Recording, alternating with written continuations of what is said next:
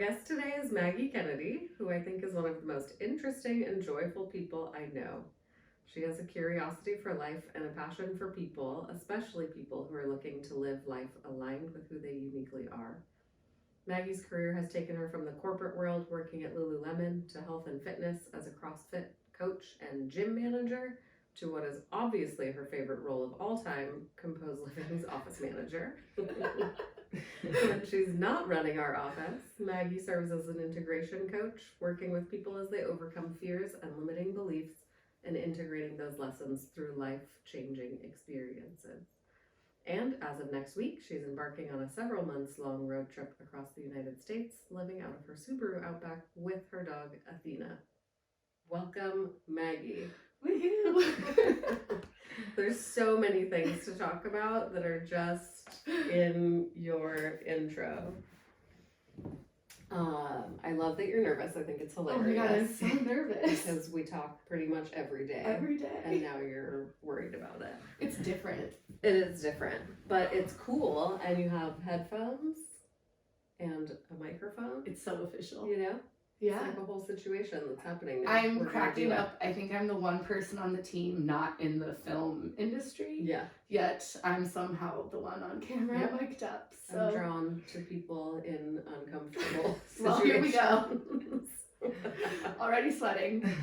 I don't know deodorant, sorry. Well, we'll start with something easy. I think, you have such a good awareness of why I started Compose Living and my mission and what that means to me, but I would love to hear from you what this concept of like a composed life means in your own words.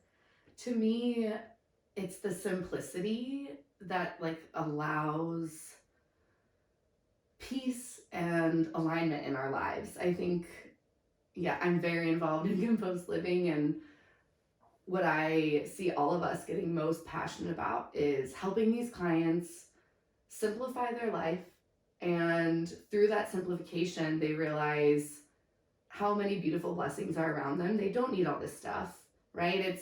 I want meaningful pieces that make my life better, and then they stop buying so much, and then we're not putting as much in landfills. And I think those clients and the people who we really get to see get it, like our most recent client from last week, just like, I have been feeling like I was suffocating, and now I feel like I can breathe so well. And I really believe, because of all the follow-ups I do with people, that these functional systems and having less, it sticks. Like once people see how great that is, it just sticks with them and starts a whole new journey of, okay, now that I'm not cluttered with stuff, like how do I want to spend my time? Like what are my goals? Like what do I want to do now that I'm not stressing about my garage all weekend? Like I can go to the park. I can go hang out with my friends. So all the things. All the things I things. love the most in the world. And I feel like you really touched on so many of them in your description. Sustainability, becoming a more conscious consumer, the physical clutter and its connection to mental clutter. These are truly the things that make me so excited about working with clients and helping them through these experiences. It's fun for your eyeballs to like see something that's pretty, but also it's like such an intense emotional experience in such a wonderful way when you see those transformations happen, and then when you see them really kind of register. I like to think about it as like different layers of decluttering, right? So it's like, you're peeling back the layers of the onion. It's so real. Whatever. But if you start with the physical space, then it's like, it's a never-ending process, right? This is a practice. It's a lifelong practice of staying organized and like staying on top of clutter. But once the physical stuff is gone, then we can move on to the more fun and interesting level of emotional clutter and what that means, right? Or even not even just emotional, but anything that's not physical, like not in the physical realm. And that's where I think the world gets so interesting. And your work as an integration coach is so tied in with this arena, you know? I think that's sometimes I get like almost a little bummed out that I don't have physical clutter to get rid of anymore. You know, I can relate to that. I really get, it's so fun to declutter. Yeah. I can relate. But now it's like the harder work of relationships, thoughts, habits, limiting beliefs, like all of these things. Like that's the realm that I'm working on decluttering, and it's can be fun. Yeah. It can be a Not lot more fun. challenging than like choosing what books I'm gonna keep on my bookshelf. Yeah. But I love the process, and I'm so, I'm happy to be in the position where that's where I'm at in my life. But I mean, we're going to talk a lot more about integration coaching and what that means. And it's just so freaking awesome. I also feel like it's super countercultural, like the work we're doing. Like when you really look at how our society operates, like these holidays are about like things, like what are you getting people? Yeah. Like, Oh, so I think when we're organizing for people, the hardest things they have getting rid of are gifts people gave them. Yeah. And like helping them realize like it's okay. And then what I think is cool, I'm at the point in my life where people know not to buy me stuff. Like we've had so many conversations about like how I don't want things that it then like expands beyond that person, right? And like so now many of my friends are like, oh, my birthday's coming up and I want to tell people I don't need stuff but take me to dinner. And I'm like, yeah, it's that simple. I love a dinner as a gift. I think everybody who is close to me knows I'm not a gift giver. Yeah. I feel like I'm a generous person, but I do not love the idea of giving a physical gift unless it's something that's like so truly special that's like the exact right thing. But not just because you were supposed most to. of what we do is like either a quick getaway or a dinner, or just spending time together. I mean, in high school I was the queen of the mixtape. Oh my god, I miss those. I know. I was just helping a friend organize over the weekend who moved, and she still had all of her CDs that were like labeled different road trips she took, and I was like, wait, I kind of miss this. I know. But clutter. I know. I was like, well, how can we recreate that in like a clutter-free format? I guess you'd have to take the same songs and make like a Spotify playlist or something. No clutter. Okay. Is there a word or several words that describes what it is that you're wanting to bring into your life, or like what you're focused on at this moment in time? Yeah, I as you know, had a big ceremony in the beginning of March and was doing a lot of work around where I was bringing discomfort into my life, or the work I still had left to do to live a life where what I said to the medicine woman was, I want to feel safe and supported after this. Like, that is what I want to feel just as a being walking around. And what's been really cool through the experience and working through integration and having some cries and some laughs and some dances, the words that have been showing up for me like every second of every day have been ease, play, and softness. And these words to me felt so foreign even just like 6 weeks ago. Like I feel like the world I grew up in and then kept putting myself in made me feel like things should be hard. It should be a struggle. And so the words that I've been holding so close to my heart, that like ease and softness, the way it's showing up is like in any moments, like now I'm feeling tightness in my body and I just go soft, like ease. Like it doesn't need to feel like that. I am in full control over what feelings I put into my body at this moment. It doesn't always feel like that, but I can choose to just like have an exhale, soften, and then the Alan Watts quote, remember this is play. Remember this is play. Oh my gosh. And I've been living with my friend and her husband, and she has 2 kiddos who are 5 and 4. And I think living with them while I'm trying to remember what play is has been so helpful. Yeah. I was trying to quickly figure out, what am I taking in the car with me? What am I leaving behind? What am I donating? And I was getting tight and tension and stressed. And the kids come running down and they start putting on the clothes I'm trying to sort. and my first reaction is like, I don't have time for this. Like, I have things to do. And then I was like, there's that tension. There's that tightness. There's that making something difficult that like could be play. And so we paused And we had a little fashion show, and the kids helped me pick out what I was taking and what I'm not. And it's going to be a funny wardrobe, but I'm here for it. Like, it's going to be so fun. And, oh, yeah, so I'm grateful for those words. And that's such a good reminder of playfulness while you're on your road trip adventure. Oh my God, that's the biggest Kids are the best at showing adults where we stopped being fun. Oh my God, they're so good at it. And you know, the kids thing is a whole other funny journey for me I've never wanted to birth children. I love hanging out with kiddos. I think pregnancy is dope. Women are magic.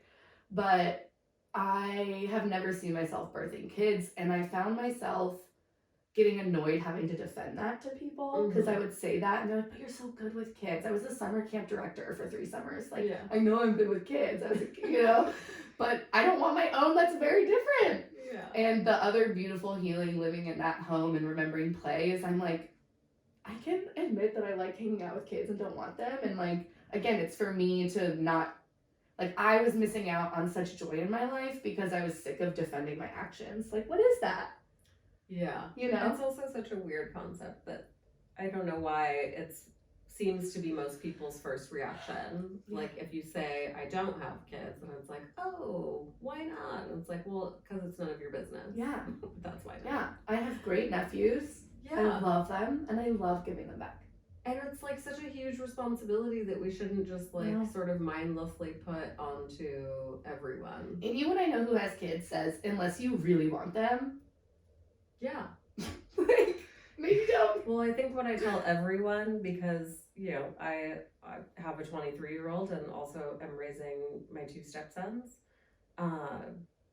it's a choice. Like, you have to go into that knowing what you're getting into. Yeah. And once that choice is made, you need to be committed to it. Yeah. So if you're not going, I guess, so more succinctly, my advice to anyone, not that anyone has asked me for advice on whether or not they should have children, is when you make that decision, then be happy with it. Right. Because that's it. Like, you can have a beautiful life without kids if that's the life that you choose, and then choose to be happy with that. Yes. And you can have a beautiful life with them. But you're not going to, the struggle, the tension, the lack of ease that's going to come in is when your actions are not in line with what's bringing you joy. Yes. So don't not have kids and then be miserable about it, and don't have kids and be miserable about that either. I was just talking to somebody about how the other piece of my integration from this ceremony was realizing anytime I say yes, it's saying no to something else. And as I've been preparing for my road trip this summer, that has been the consistent theme coming up, right? Like, I'm saying yes to this road trip, and I'm like saying no to a friend of mine releasing his one-man show that I'm like dying to see. I'm releasing certain projects with work, you know. I mean, you're amazing, and I'm not missing that much, but in my head I am. And I'm, you know, missing moments with my sister here and other people here. But I am making the choice to go on this road trip. So like, I'm gonna have so much fun every step of the way and be grateful I have something to miss and own my choices, just fully owning them. Like, maybe I am going to be sad and miss everybody one day, but the peace of mind I can have is like, but I put myself in this position. And if it really does get to be too bad, I can always change it. Yeah. I can just go back. That's the beauty. That's the beauty of choice. Love choice. Ease, softness, and play. Softness. I know ease and softness are very similar, but like in my body reacts to them differently. So I keep both of them. I feel like I feel ease in my heart, and the softness I feel in my like shoulders and my legs. So I like them both. It's so interesting to me that these are words that you're striving for, because I feel like they're words that I would use to describe you. So that's a fun, you know, it's like I already see you as such a playful, like soft, warm person, but you know, also these words mean different things to everybody. Yeah, and I can acknowledge it's something I am reclaiming a little bit. Like, I had kind of lost those pieces of myself a little bit, and in the ceremony was shown the moment where I lost them. Wow. And it was not what I was expecting. That's heavy. It was so heavy. It was, Yeah, it was a lot, but it was what I asked for. So it's so funny. My medicine woman, I asked her any feedback she had for me, and she was like, I could tell when you were going through it, but you got this smirk on your face because, like, it's what you wanted. Like, I kept asking Wow. to get clarity, and it'll give you that. When you saw it, was it like you were familiar with the situation? Mhm. So it was like a vivid, like, I'm Yeah. seeing this moment from some previous point in my lifetime, Yeah. and then it made sense. I lost someone really important to me when I was a sophomore in high school. And the moment that came back and the lesson, like, I didn't let myself be a 16-year-old in that moment. I became this, like, I had to fix everything. I had to make sure everybody around me was okay. And I, like, never once acknowledged what I needed. I, like, immediately jumped into this, like, doing protective mode, and the doing felt so safe. So then I just kept doing and I stopped playing because then I'd have to feel things. And I feel like you just described me. boom. Right? Like, I went through like a mantra, where it was not the same kind of yeah. session that you had, but we were doing like create your own personal mantras. Mhm. And so you start with sort of like, what's your biggest source of struggle right now? Or like, what's a thought that's constantly on your mind? Yeah. And so journaled a little bit about that. And at this point in time, I was worried. I mean, really it was about the Composed Living team. And this was, a few years ago. And it's like, I just have always had this vision in my mind of like when we get to a place where everyone could just be like a salaried I know, employee, you talk about that all the time. and like they're making more money than they've ever thought possible, and no one has like any stresses around finances or scheduling, and like everything is this like sort of ideal. That to me as a business owner was like, that's how I'm gonna know I've arrived. Yeah. I don't know why it's like such a bizarre goal that I've set for myself. Yeah. But it's there and it's real. I wish every boss wished they could provide that life for yeah. their employees and probably be better out there. That's true. Don't change that. Don't change that. But it's like there was nights where I like wouldn't even sleep, because it's like I would be so stressed out thinking about what I need to do to accomplish these, this vision for my life. And that's just one example, but I feel like that's the recurring theme is like my mind is constantly on a loop of what else needs to be done and who else needs help and what, like, it's impossible for me to even walk into a room without being like, that needs to be picked up, that book is crooked, this art needs to be adjusted. It's like, just give it a rest, mind, Yeah. And so the mantra ended up being something like, and this tied into like a less intimacy in my relationship with Chad, right? Like I couldn't be physically in my body and present to where I was like, I feel sexy and fun and like, let's make out, I was like, no, I'm serious business and I'm uptight all the time. What a joy for you to be married to me. You're welcome. I try not to blame the patriarchy, but I'm at least once gonna say like, this is, I feel like so common in business successful women in relationships. If you look at movies, TV, like women are so one-dimensional in their characters. It's like just now becoming a thing. They're allowed to be like complex more often. And so I feel like a lot of women are walking around like looking for like, okay, so how do I laugh 1 second, but then like get really sexy the next second, but then be serious the next second? Because that's all in me. I've just like never been allowed to like share each part of me. And it's also so much work. Oh my God, it's exhausting. So many rules. Anyway, the mantra ended up being something along the lines of like, I allow other people to take care of themselves so that I am able to experience being a fun, joyful, sexy person. And I think it started probably with like, the universe takes care of me always. I am allowing other people to take care of themselves. Because truly the responsibility is not mine to make sure that like everyone I know and love is financially stable and emotionally healthy and all, it's like, I was just making myself run in circles with trying to do things that are beyond my control. I am a kid who went to well, I was a teenager when I went to Al-Anon. Are you familiar with Al-Anon? Yeah, like for families or loved ones of people who have addiction in their life. And that is where I learned, like, oh, it's not my job to solve anybody else's problems but mine, to a degree, right? Like, as a boss, you have to do certain things, but oh my gosh, the freedom to be like, it really is better to put my oxygen mask on first. Yeah. Like, that really is always better. It's never, ever, ever, ever been the case where I was like, I'm happy I like helped them before I drank water. Or like, right? Yeah. You know, like it's, This is still our constant reminder with the team. I was like, do we not literally have this conversation? Yeah. Well, because I'm constantly trying to remind people that, like, you know, our first priority is to ourselves and our health, whether that's physical or mental.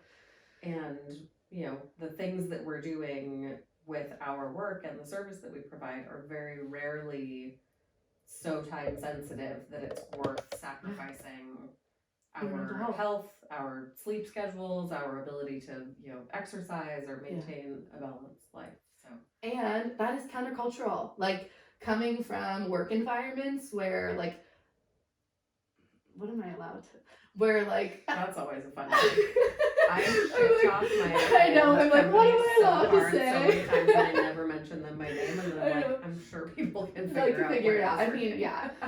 You know, like, for me, coming from various different employers, like, I can't just blame one, really. Like, they didn't care about how I was doing. It was like, well, I have a bottom line to meet, and like, sorry. And so I think what's cool working for you and for everybody else is, like, it takes us a second to, like, get that is real, like, because it's so not something experienced elsewhere. Like, it's hard to believe. I even remember when I was approaching you about taking this time off, like, or not time off, but time away, and being like, okay, she says she's like down for it, but at any moment that could change, you know, because that's been an experience. Somebody who wants to live in their car for 3 months, you know, who says no to that? A lot of people would say no. That's wild. I mean, you're basically living everyone. Well, maybe not everyone. Mine and Bree's, at least. You're living our, like, we're vicariously having this experience through you, and I'm so happy that you are doing this. I think it's going to be so cool. Yeah. I forgot what I was going to say. I had another genius thought, and it escaped me. Dang, it'll come back. It makes me so sad that people have these bad work experiences. I think I came from the exact opposite background, where I had almost entirely really wonderful leadership around me. And I loved working because of it. And I think it shaped my path with my whole career. So I started working, I mean, as a kid, I worked in my dad's dental office, and that kind of gave me the knowledge and understanding of how health insurance works and medical billing and what it takes to run a medical practice. And so when I was in college, that's what I did. I worked for a chiropractor in Washington, and he was the most trusting and wonderful employer who gave me so much freedom to learn and grow, and like the encouragement. I mean, I stayed there for 4 or 5 years because it was great. Yeah. You know, and it got to a point where it was like, I felt like I was completely running a business. Like, I had the autonomy to run a business completely on my own. And then we would check in once a week, or obviously he was always there if I needed help with something. But really, we would just have a conversation once a week, and he was there to offer guidance. And if I did something wrong, then it was like, okay, so you did something wrong. Like, here's why, like, here's the impact that has on other people around this. Yeah. And so we're going to learn from it, and we'll try something different the next time. And that was so cool. I remember the one boss I had like that. Yeah, that's sad. I mean, I was so many more. I specifically, like, one boss is coming to mind who, it was at Lululemon, and they were a temporary person in this role as my boss, and I messed up. Like, I knew it. And what was so cool is that this person pulled me in and was like, I know, you know, let's make it right. Let's not let it happen again. And I was like panicked for 24 hours. I was going to get fired. It was not that, like, I wouldn't have fired someone for this, but you know, I was panicking. And like, I think about that moment every time somebody comes to me telling me they messed up, because like that moment where I was just like allowed to learn instead of like feel bad for failing Yeah. was like a game changer. It's like, so great. oh my god, so fun. And Failing also, is it's fun like now. everybody's gonna make a mistake at some point in their Yeah. you know, career and lives. A day, I the make a only thing you mistake can a do day, is probably. acknowledge it and move on from it. Hopefully, you're learning from it in the process. Yeah. Yeah, I mean, I was so fortunate. I went from there to working for a huge hospital system in Washington, and I mean, the leadership just got better and better. I went back to school. That's why I ended up getting a master's in organizational leadership. I was so drawn to these people around me who were so just like charismatic and wonderful, and the thought of helping other people on their journey through their careers became like my obsession. And then one day it happened. I know. And I worked somewhere I hated with every fiber of my being. Like, I felt it physically. And it's funny because actually some of my closest friendships came out of that. And also Composed Living was like born out of this. But it's so hard. It's hard to work for someone who doesn't love people. Oh my god. And who actively makes decisions that are not in line with taking care of people. It's so opposite of my nature that I like can't understand it. I'm also extremely stubborn and extremely vocal. So I was like my boss's worst nightmare, you know? I was not the person who was going to sit on that leadership team and go along with anything. Yeah. So it was 2 years of fighting. Like just every single conversation was a fight or an argument. Trying to advocate for my team, and my team was like it was 6 people when I started, and it was over 300 by the time I left. Oh yeah. It's also like the guilt of that. Talk about the like I need to let other people take care of themselves. Yeah. I stayed to a point where I remember Chad gave me a hug, and he was like, "Your body is vibrating, like you're buzzing." And I was like, I know, I feel it. Like there's so much anxiety inside my body. It is a physical vibration now that doesn't go away. So I was just like a full tremble. That's the universe telling you, like, something's got to change. Yeah. And I think, like, the more we go into this, like, decluttering our lives and then getting into our mind, we get better at seeing those signals. And like, I think for a long time I didn't know there was another option other than like existing that way. And then when I was able to see that, I was like, this is all I'm choosing from now on. Yeah. Yeah. It's a game changer. Yeah. But I'm thankful that I've had that experience because now I know places where I need to be. I need to have better boundaries to protect myself. I know what it feels like to have that much anxiety build up, and I would never do that to myself again. Yeah. And I know that everybody was fine, you know? Like they were able to make their own decisions after I left about whether that was a work environment that they wanted to stay in. I didn't need to sacrifice my life and my health and well-being to take care of other people as much as I would love to. Yeah. Anyhow, that's a now hard here one. we are. Givers, it's like hard to learn. I know. Time. It's a long time. Oh my gosh, has it been that long since you left? This is our 7th year. Whoa. I know. So fun. Oh yeah. I do remember that. We had the 6th party in November. The sound bath. That was fun. That was my favorite. I love parties. I can't relate to that. If it's like 8 people, I like a party with like 8 to 10 people. I love planning for a party. And then not going. I love having people in my house. My favorite part of a party, and I say this every time, I'm always like, oh, that was too many people. But I want to invite everyone I've ever met. You know, I want the efficiency of like seeing everyone at the same time all in one place. And then the moment I actually start having fun is when everyone has left except for like the 6 people, you know? And then I'm like, now it's like 2 a.m. Yeah. We're going to open another bottle of wine, sit outside, get like a cozy blanket. See, I just do that the whole time. I don't even try with the big groups. Whenever I go back to the East Coast, my sister's like, you have too many appointments. You should just invite everybody to one thing. And I was like, no, I need to have one-on-ones with all of these people. We have serious things to talk about. And I've never been like a big crowds party person though. Like I'm much happier hugging a tree in the woods with like 2 friends. You know? That's fun too. Yeah, it's the best. I like that vibe. And I love, it's so funny. I was just talking to my girlfriend Brittany the other day, and she's one of those people that like would probably never be around to come to a party. She just travels a bunch. But when we do see each other, it'll be like 2 full days of uninterrupted, Yeah. like real conversation and connection. Yeah. And it's glorious. The best. It's the best. Yeah.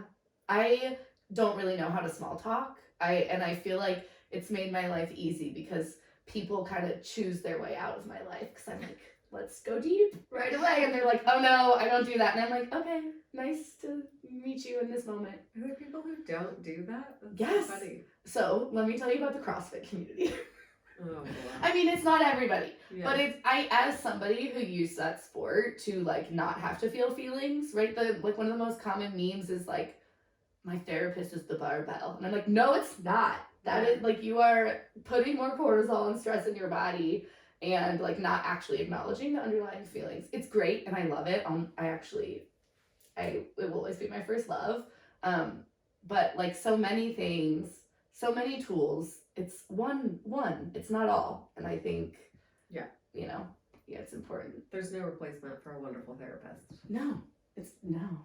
And that's hard to find.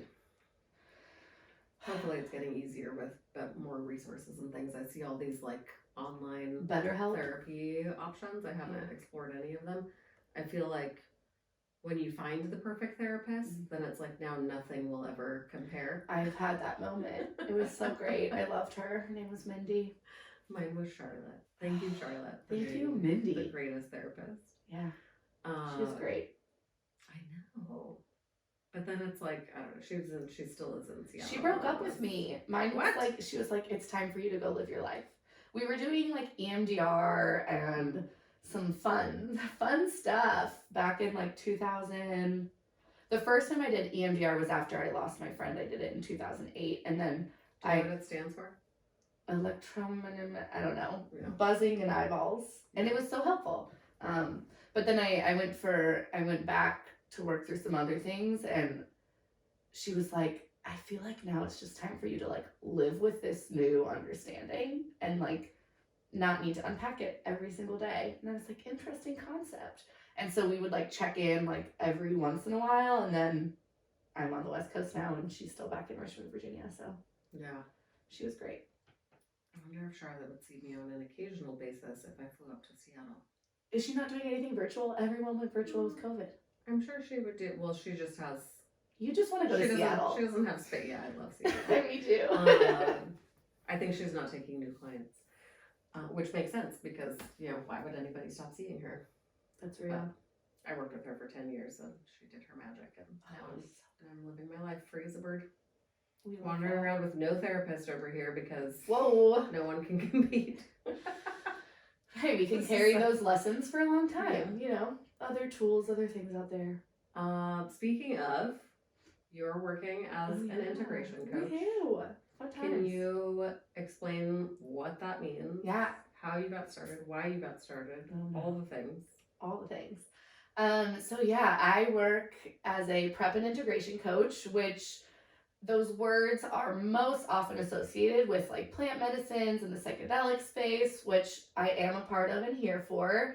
And my belief as a prep and integration coach is that it spans so much more than that, right? It's really about, are you prepping for a big life change, a move, a breakup, a new relationship, a new job? How can we like intentionally move through that change and like make it fun, learn from it, grow from it, instead of like kind of be panicked or feel sadness around certain things that aren't necessary to feel, and then integrating afterwards, right? So again, most commonly seeing that with plant medicines, and because things get real, right? For me, I first sought integration coaching during quarantine.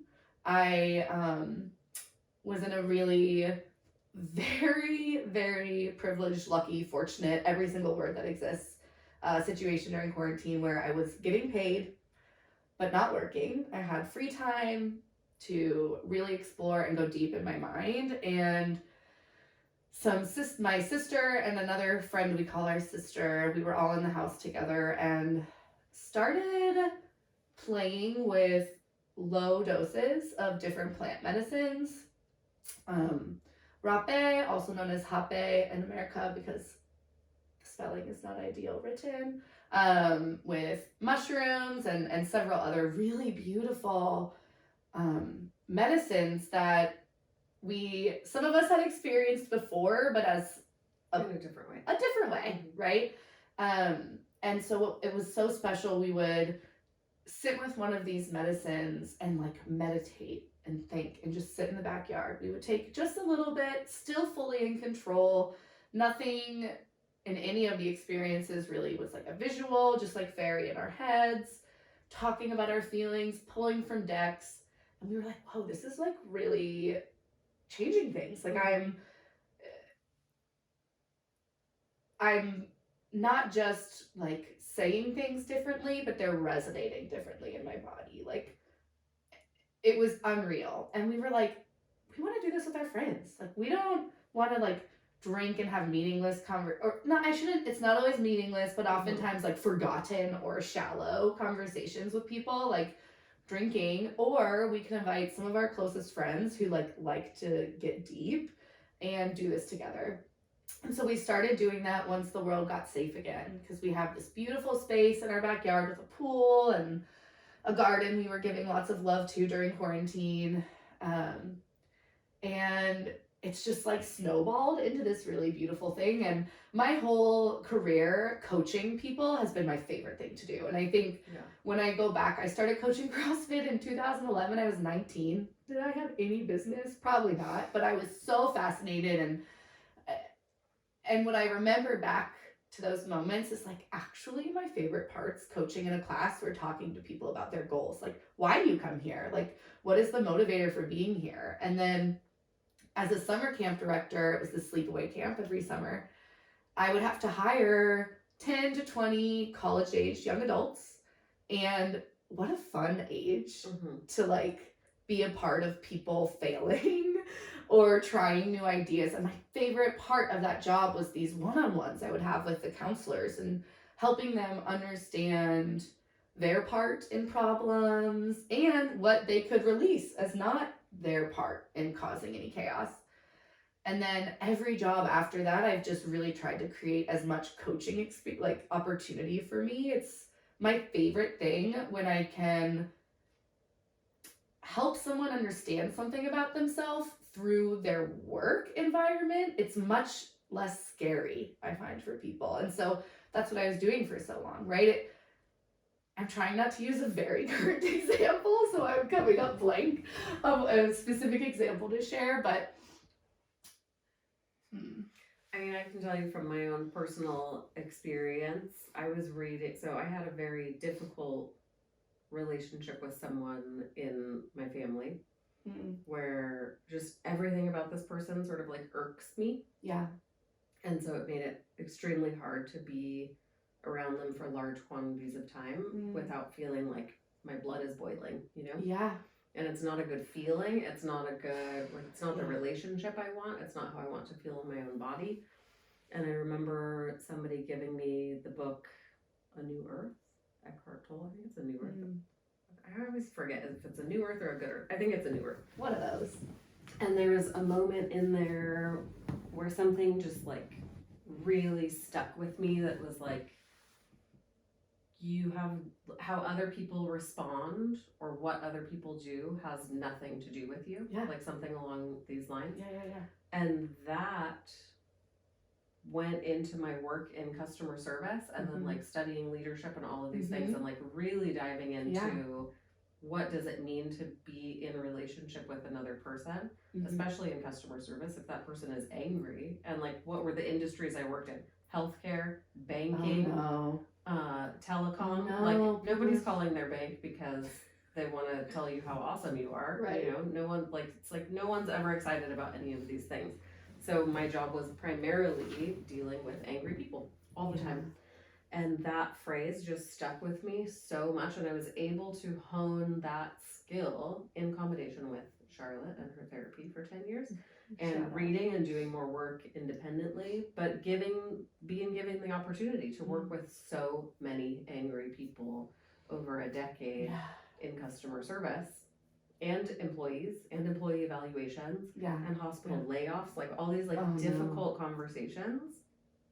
My relationship with this person and my family has changed so significantly because I know how to be in control of my own body and my emotions and to not let somebody, it's like I'm no longer responsible solely for this relationship and how I'm feeling in it. And I can choose to respond differently or not take things personally and not let that internalize and then start to fester. So it is like it's interesting that work is such an opportunity. Right? Work as in like your career is an opportunity to do work on yourself personally. Yeah, I think it's so fun. And the book for me that like I still get mind blown remembering this chapter, it was Radical Candor by Kim Scott. Oh, I haven't read it. Oh my God, so good.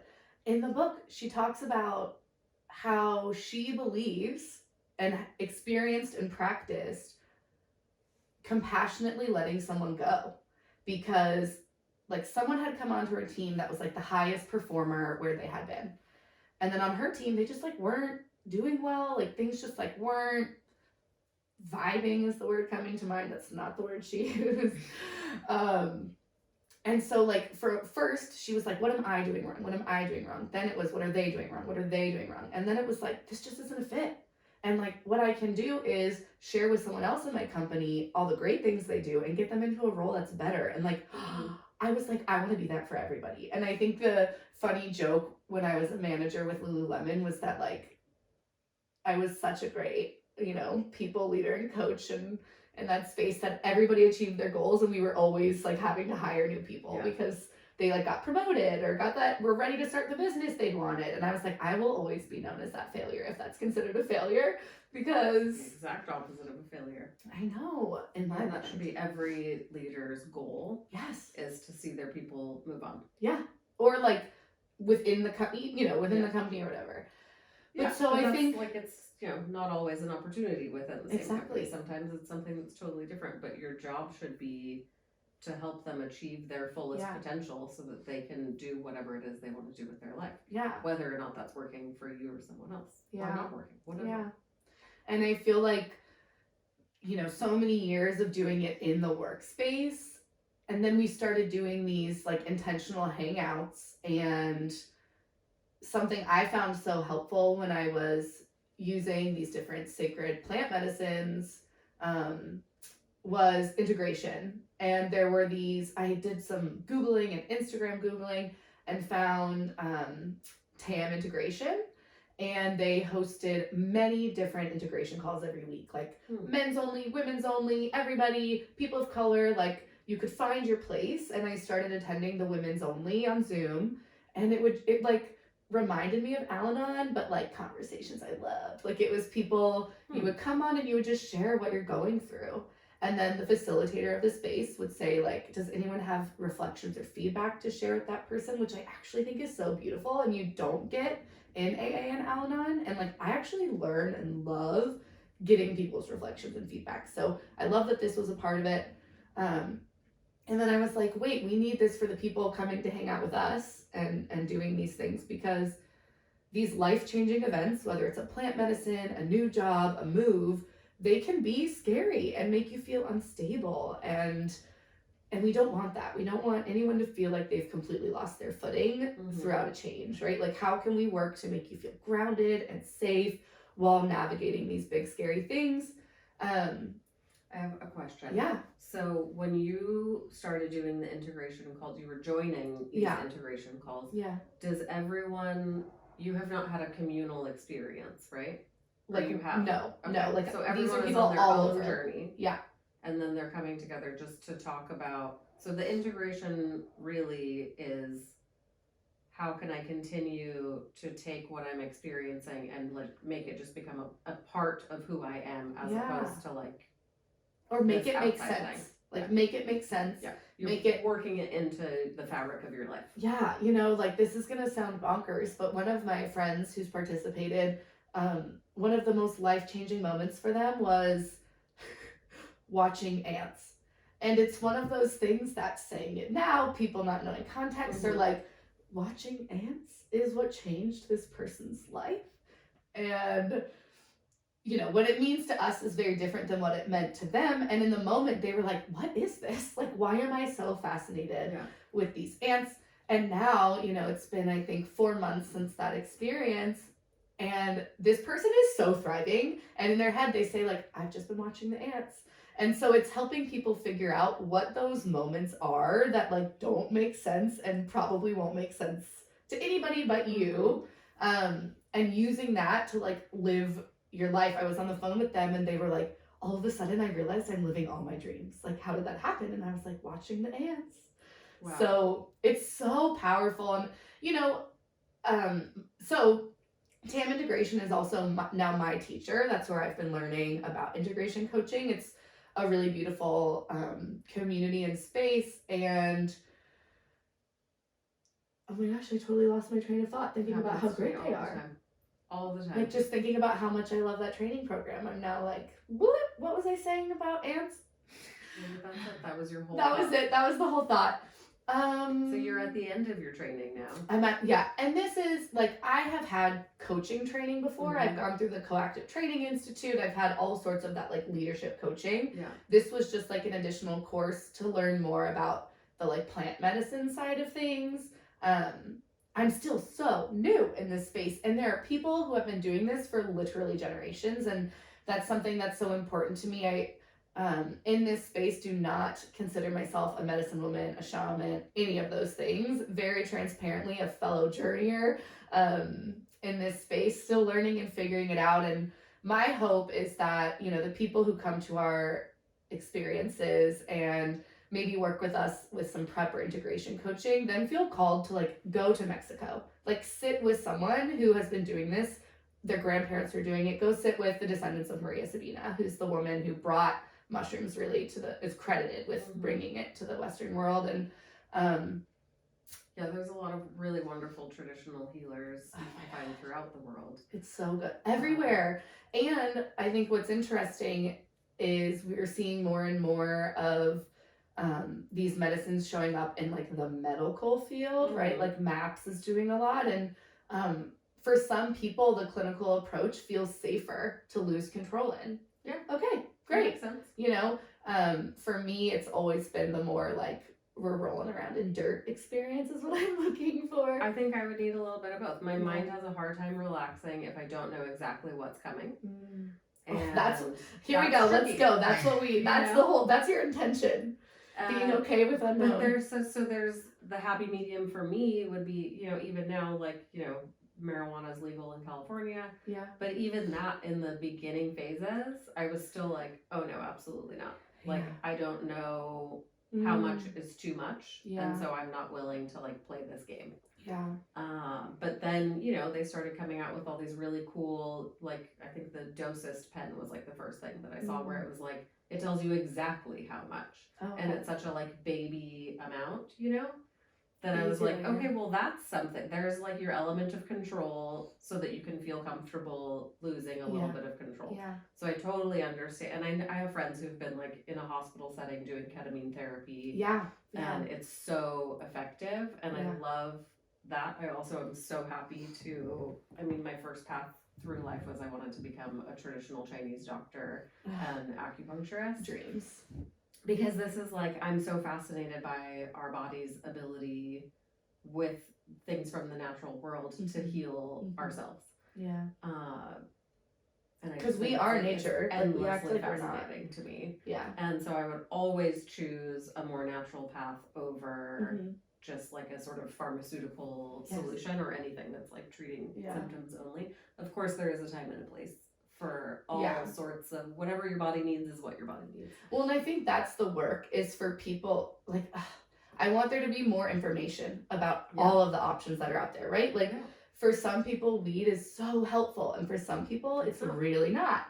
But, like, we should all have the ability to learn the information so we can be safe, so we can explore it and learn what works for us. Like, for me, I was put on big pharma medications in my teen years, and it led to a pill problem and an overdose when I was 19. Oh my gosh. You know, and I didn't it so for me, like, no going back to big pharma, to the man-made things.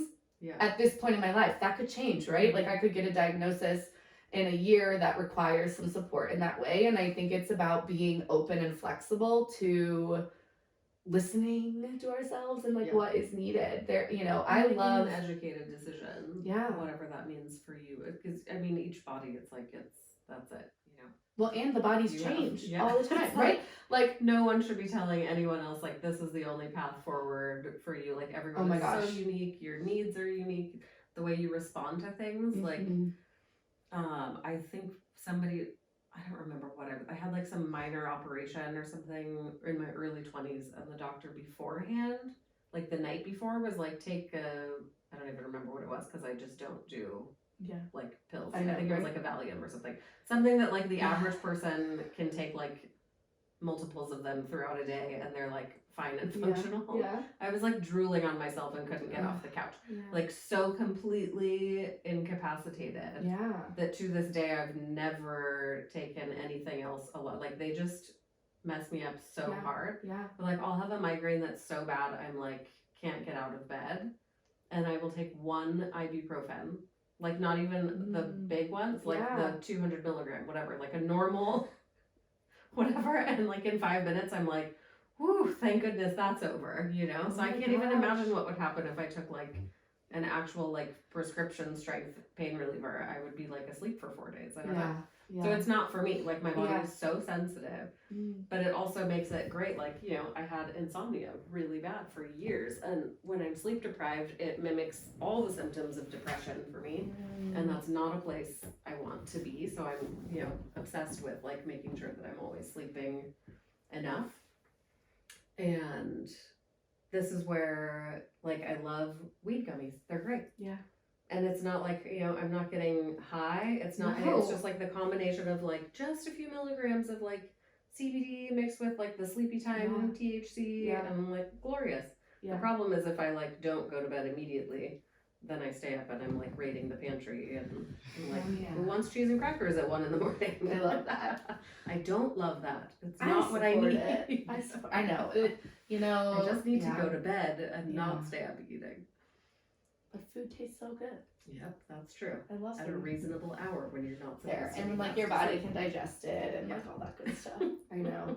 It's I will say I've been saying a lot. I'm like grateful to be alive now in this era where these tools and resources are so much more accessible. I will thank technology for that. You know, there's many more people have access to the information so they can make those educated choices. And I hope it continues to grow. I hope that as a culture we continue to allow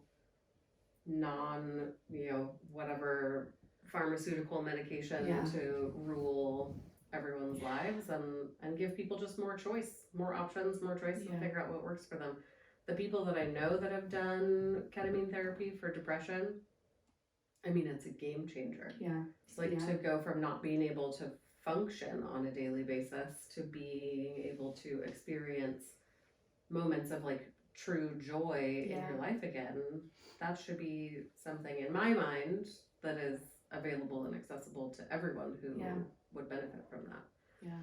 And it's so, I think touching on that, like these medicines, these different tools, like they are not the answer, right? It's like you figuring these things out. But these medicines, these tools help your body learn it. I even think about acupuncture as one of these. My dream has also been to be an acupuncturist one day, but school is expensive. And it's so expensive, acupuncture. And I'd love to go to like Bastyr, the dream school. Yeah, because it's in Washington. I know. But like for me, when I first started having acupuncture treatments, it was for anxiety. And the way we would do it was she would put the needles in and then have me just sit in that state of relaxation. She was like, your body doesn't know how to do this. We've got to teach it what that feels like. And then over time, I needed that treatment less and less because my body was learning how to go to that relaxed state, that less anxious state. And and I see these different plant medicines or like breathwork meditation, like I love can be breath work. so transformational and helping your body learn how to control these states. So yeah, I just hope there continues to be more out there and less stigma, and then of course like more support when it does go wrong. It is, you know, and there's more and more places out there offering support, like Fireside is this great nonprofit that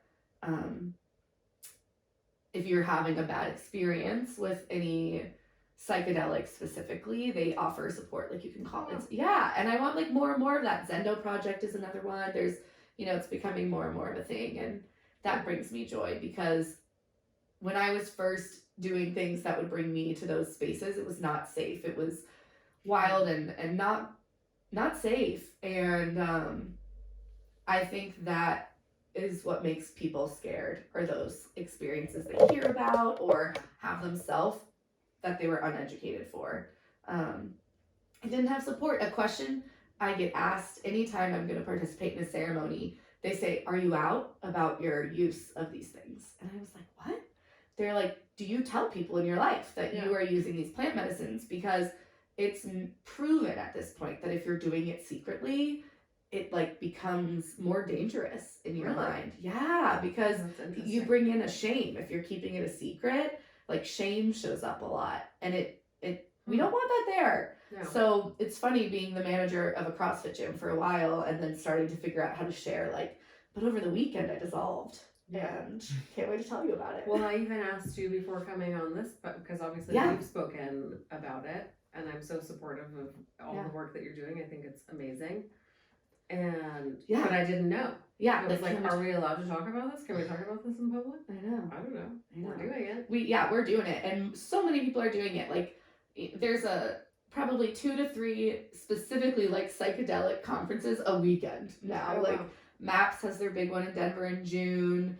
The end of May, there's another one with Rick Doblin, who's known in this space. Like, people are talking about it. I am not a lawyer and don't understand all the legal parts of it. I just like follow the guidelines I've been given. Cool. And trust. I mean, what else can you do? What else can you do? But trust and surrender. Yeah. To it all. And explore it. Awesome. I'm so glad to have this conversation with you and learn a little bit more, and maybe one day I'll join one of your circles. Yes. I still think we need to do a retreat. Yeah. Retreat coming soon in Lake Arrowhead. Yes. Do an integration. What is it? It's not like a circle. What is it? Just well, it's a lot of different things. Yeah. What's the word that you would use to describe it? Like, I'm going to host a gathering. That's a nice word. Yeah. It brings a sense of community. That's what it's all about. It has to be in community. It like the community is essential. So fun. You're heading off on a road trip for months. Yeah. Months. I have no idea what's gonna happen really. Like, I have a plan, but my commitment is to be okay with that plan changing. Oh yeah. So, but that's like hard for old me, you know? I don't know. I'm a very free-spirited traveler. Which is funny because I'm like, you know, a stickler for a to-do list and a plan and all of these things. But I have never had a problem changing my mind or changing course or just letting things go. Well, like, this town's cute. We're gonna stay here. Yeah, that's me now. That was not always me. I love. But that's the vibe I'm bringing with this adventure. Yeah. And you're staying in your car not the whole time. I mean, most of the time. Like, if I'm gonna be passing through to see a friend in Nashville, and I'm sure, like, she was like, we have a guest room. Like, we'll see. When I lived in the van, people would invite me to sleep inside, and I still wanted like my bed, my space. You know, it's like I get to take my room with me everywhere. It's so cool. It's really nice. You're like a crab. Sure. Just your little shell. That's my whatever sun sign. I'm a crab. Oh. Which really tracks for me. I am so like, I'm inside my home where it's nice and safe and cozy, and sometimes I'll venture out, and then when humans get too scary, I come back in. Yeah, that's real. I can relate to that. I love that you're going to be driving across the country in your little crab shell. Yeah. And you built it out, like you decked out your car. I mean, yeah, my goal was to not spend a lot of money on this because it's so temporary, not add more waste to the world because it's so temporary. So I did use local buy nothing groups to source as many materials as I could. So it's hodgepodgey, but that's how I like it, you know? And yeah, super simple because I'm not a skilled woodworker at all. And as we were talking earlier, we learned like nothing is even out there, so it gets really challenging. But I have, you know, a bed that's like in between, like bigger than a twin, kinda, for me and my dog, and then a cabinet next to it, and so cool. Yeah. Oh, I can't wait to hear updates as you cruise around. It's gonna be all fun. the places you're going. Yeah. And, you know, going to be offering experiences and coaching moments as I go. So nice. Excited. Have you been to, I think it's called Calaveras Big Trees State Park or something like that? No, where is it? It's in California, but I think if you're coming back, because you're driving back down the West Coast, you'll cruise through it between Yosemite and like Tahoe. So I'd have to be more inland. Central. Yeah. I'm not, the route back is still to be planned. Because there's also, I think it's like the largest cavern system in the United States. Okay. Somebody needs to fact check me. We did Adriana, our wonderful admin over here. Perfect. Fact checked everything I'm saying in this episode. I just read about it in the most popular magazine in the world, the AAA California Getaways collection or something like this. It just came in the mail the other day.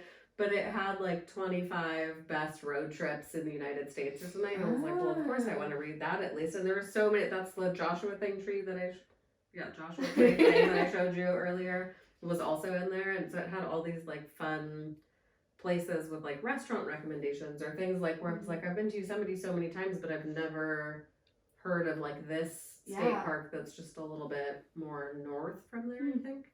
So now it's on my list of places. I'll have to work it into the plans. Yeah. I've driven the West Coast so many times in my life. I love it. So beautiful. I know. I grew up on the East Coast, and I would always say that the East Coast was better, and then I came out here, and I don't think I could go back. Yeah. Sorry. I think that's probably a common phenomenon. I know. That's why it's so crowded here. Stop coming. I love the East Coast too. But I think it's because I prefer the weather on that coast. Or just anywhere outside of Los Angeles, really. We don't want the heat. We don't want the heat. I'm not a hot weather person. So I'm leaving for the summer. That's so smart. I got really grumpy in August and was like, do I feel this way? And I was like, oh, I've been hot since April. I haven't stopped sweating since April. Yeah. It's been over 100 degrees for consecutive days. I have a friend who just left Seattle, which is just like blows my mind why anybody would ever want to leave Seattle. I mean, I did. I know I did too. We both did. We both left Seattle. Also, Bree is a fellow Seattle. So we should all go back. Okay. It truly is like for me, it was the most perfect place to live. Yeah. And especially the climate. But my dear friend Chris just bought a house in Phoenix because he's like, I can't handle how gross it is here. And I was like, I can't handle just how gross Phoenix sounds. Like that sounds so oppressively hot all of the time. But it's like, it's just different. We have completely opposite bodies and concepts of what makes for a wonderful day. The consistent theme is just like, listen to yourself and do what feels good to you. Everybody at the time. You. Yeah. That's it. Well, there you go. That's the takeaway from this conversation. Just do you. Just listen to your body and do whatever feels right for you. Even if it's hard and scary. Yeah. Because that's really when you should listen to yourself, I think. Yeah, that's true. When you're like, why did I think that? Oh, no. And then go with it, right? Should we pull an oracle card? I love that you brought props. No, I did. I was like, what do you do? Was this conversation scary? Do you feel better I'm now? so sweaty, you guys. What? I'm so sweaty. Is it because it's warm okay. in It's past April. No, it's because it's past April. The sweating has started and it won't stop until October. I feel like you're a natural. Oh my God, you should be on all the podcasts. Oh gosh.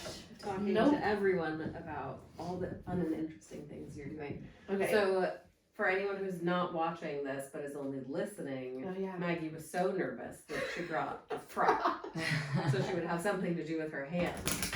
I needed it because I can't find a ring of mine right now that is normally like my a fidget spinner ring. It's a ring one of my best friends gave me that says "fuck it," And it's like, sorry, are we allowed to say bad words here? I love to curse. Great. I curse like a sailor. I forget sometimes where I am. my surroundings are. Yeah, Then I'm yeah, like, yeah. oh, I sound like an Yeah. uneducated sailor. Yeah. But I feel like the world is moving beyond that take on We'll words. see. I've always had this, Yeah. whatever. Even like hear the kids No. swearing now, and I'm like, as long as you understand the time and the place, then Right. We lived in Ireland for some of my high school, and our like teachers cussed at us. Like it was just other words to be said. Well, maybe that's inappropriate. But it was like in jest. It was playful. It sounds bad, I'm realizing. But it was really, really great. Fun times. Okay, so how I like to pull, and many, many people would probably tell you there's many, many different ways, but I say, you do what works best for you. What a surprise. But a tradition that was shared with me that I really love, and so I like to bring my shuffle until I feel done shuffling. Simple. I like to fan things out so I can see, and then a friend of mine once said she places one hand like down closer to that sacral chakra, womb if you've got one, keeping a hand there to focus the breath there, and then eyes closed, just moving hands over until feeling called to boop down. So I'll go first. And do you have a thought or a question in mind, or you just kind of wait to see what the universe is showing you? It's different. It's often different, but the most frequent question I ask, like most casually or most frequently, is just like, what should I keep close to my heart today? Mm-hmm. I think, who knows if anything is real, but like, it's probably not a bad idea to have a concept close to my heart today and let that guide my day. So I usually ask, if I don't have a specific question, it's a version of that's like, what is it that I need to know right now? Yes. Oh, that's such a good one. Yeah, I love that one. But yeah. And someone also told me if you use your because truly there's no wrong way to exactly. It's so fun. But I love all the hearing people with their decks. Use your non-dominant hand to wave over the cards, and then you'll like feel where you're supposed to stop. Oh my god. Okay. And it totally does. Like I get like a warm sensation. Yeah. This is the time in the podcast where people are gonna be like, they've gone off the deep end. But like I would argue, like some people I see them start to do it and they're like, I don't feel anything. And I'm like, well, go more in. Like you're waiting to feel it. Instead of waiting to feel it, just like sit there and ask that question until like I normally feel like a finger twitch or something. Like, that's the one. And it could just be my finger twitching.